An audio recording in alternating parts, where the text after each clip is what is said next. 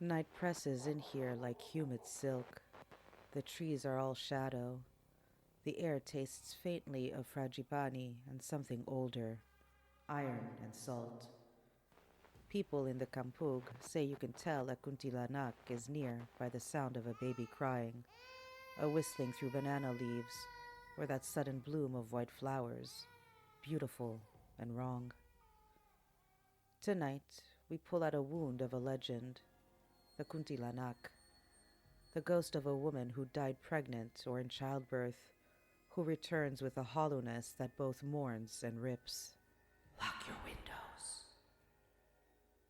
The image is burned into the region's nightmares. Long black hair, a white dress stained or pristine, depending on who's telling it, blood at the hem, or clean, impossible white of the dead. She gathers together fears that were never meant to sit comfortably: childbirth, maternal death, sexual violence, shame, abandonment, revenge. Across Indonesia and the Malay world, she appears under related names, Kuntilanak or Pontianak, but the core remains the same. A woman dies in the most intimate, dangerous moment of her life, and something about that death refuses to stay buried. In some versions, she lures men with beauty before revealing a mouth that splits too wide. In others, she stalks the edges of villages, drawn to pregnant women and newborns, as if the loss that created her can't stop circling itself. People still repeat practical countermeasures, drive a nail into the hollow at the back of her neck, hang charms, never leave laundry outside at night. These aren't just movie tropes, they're instructions, ways of negotiating fear when the threat doesn't belong entirely to this world. But the Kuntilanak isn't just a monster. She's a historical figure shaped by social change. Anthropologist Timo Duile traces how Kuntilanak stories evolved as communities moved through Islamization, colonial disruption, and modern urban life. Earlier female spirits tied to land or ancestry slowly hardened into something more punitive, a ghost pushed outside moral order. In that sense, the Kuntilanak doesn't haunt randomly. She marks places where women were erased, where childbirth was deadly, where grief had no language except fear. There's a local account from West Kalimantan that still circulates in whispers. A woman, her name never printed, said she woke at night to the sound of a baby crying beneath her stilt house. Thinking a neighbor's child had wandered off, she climbed down. There was no baby. Only a white dress drifting at the edge of the banana grove, turning slowly as if it had weight. A week later, her neighbor's husband collapsed with massive blood loss. The village said the Kuntilanak had grown jealous. Stories like this cluster around places where childbirth was once especially dangerous, where a woman's death left unanswered questions that the living didn't know how or weren't allowed to ask.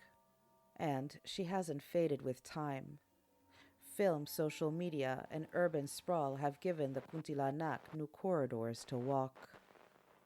Indonesian horror cinema cemented the imagery: the white gown, the impossible neck, the seductive calm that snaps into violence. But the influence runs both ways. Films reshape folklore, and folklore reshapes how people interpret strange nights, bad dreams, sudden illness. This is where possession enters the story. There's something important people outside Indonesia often miss here. The Kuntilanak herself is not a possession story, not at first. In folklore, she doesn't need a body. She appears, she follows, she waits. Possession belongs to a different category entirely. When someone enters kesurupan, trance or spirit intrusion, it's not automatically assumed the Kuntilanak has arrived. That name usually comes later, when fear needs a face. Anthropologists point out that possession episodes tend to surface during moments of pressure: overcrowded schools, factories running on exhaustion, communities under moral or economic surveillance. The spirit named during the trance is often the one that best explains the tension already in the room. So when a Kuntilanak speaks through someone, it's less about a ghost choosing a body and more about a culture choosing a language for distress. Mass possession events, especially among young women, have been documented in schools and factories. Witnesses describe trembling, screaming, convulsions, voices that don't sound like their own. Locally, these episodes are understood through spiritual frameworks. Psychiatrists and anthropologists point to stress, trauma, and collective fear. Both interpretations coexist.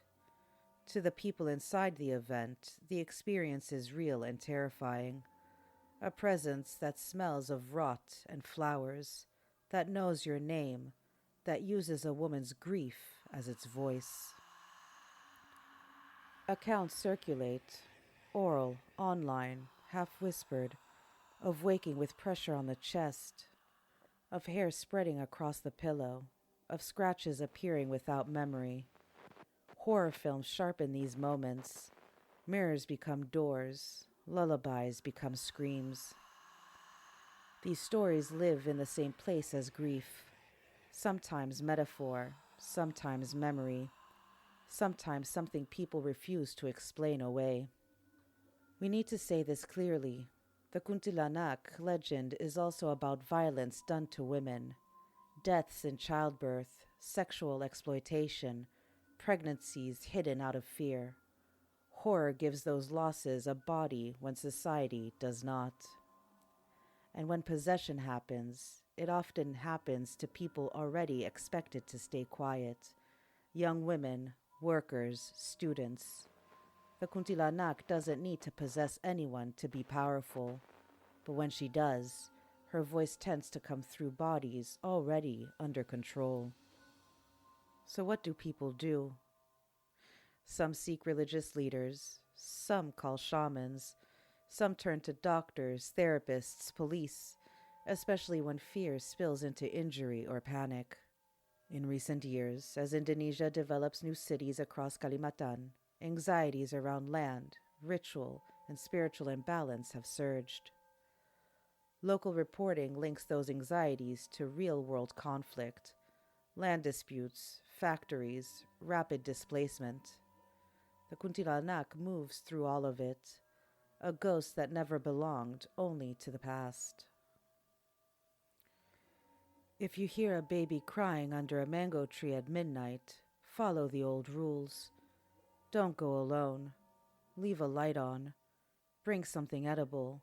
And remember, the white dress on the line might just be a dress, or it might be something trying on beauty for the night. The Kuntilanak is a story that keeps people honest about grief, about silence, about what happens when loss is denied a name. Sleep right.